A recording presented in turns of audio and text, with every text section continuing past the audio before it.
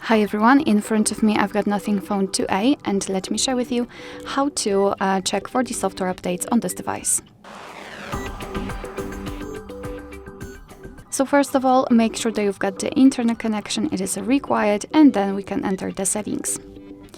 Here in the settings list, we have to scroll down to find the system, and here tap on System Update. And basically, we've got two different scenarios which we can meet. You cannot see any of them, actually.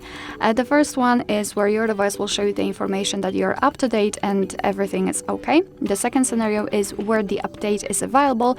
You will be able to check the information about it, what has been fixed, what has been added, and then simply tap on Install. And this is actually the third scenario because, as you can see, in my case, the installation has been paused, and our device will allow us to resume it whenever we want to.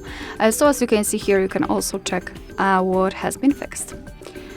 Alright, so that will be all. Thank you so much for watching. I hope that this video was helpful, and if it was, please hit the subscribe button and leave the thumbs up.